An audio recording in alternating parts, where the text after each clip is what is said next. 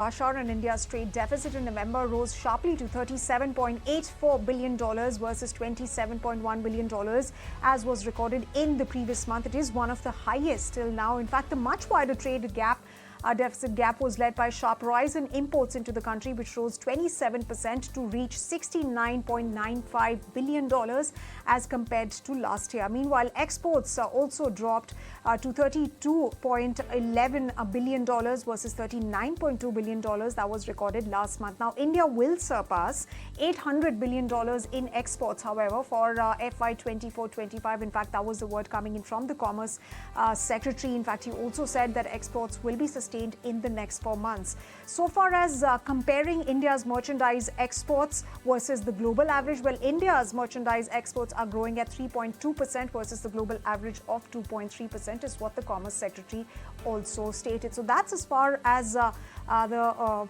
picture related to exports is concerned. But ladies and gentlemen, we caught up with Prashant Kumar, the Secretary of MNRE. He said that the government will be escalating battery storage projects and days of isolated wind and solar projects are gone. Let's listen in to what he had to say.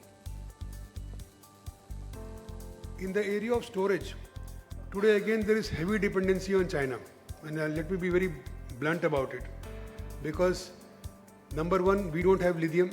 The technology is LFP based, it is based on lithium. But yes, there is a huge amount of interest in manufacturing battery capacities within the country, both by big, medium, small, all of them, because there is appetite for every kind of manufacturer. Why I say this is that today our battery capacity in the RE sector is just close to 220 megawatt. In the next 5 years, it is expected to be 220 gigawatt hour. There's going to be 1,000 times scaling in that. There is also going to be a policy directive in the Government of India saying that now the days of vanilla solar or vanilla wind are over. Whatever you come up, you have to link it up with some kind of storage capacity. That will be a telescopic thing. I mean, we can start with the first year 10% requirement, go to 20% in the next year, and go on increasing because battery prices are falling today.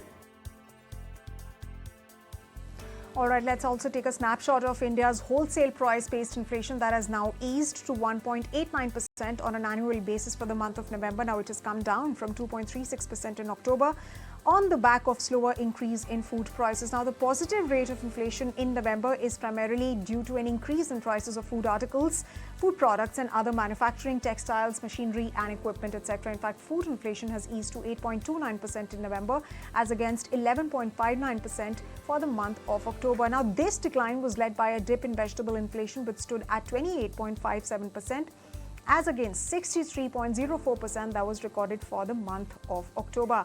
And let's now take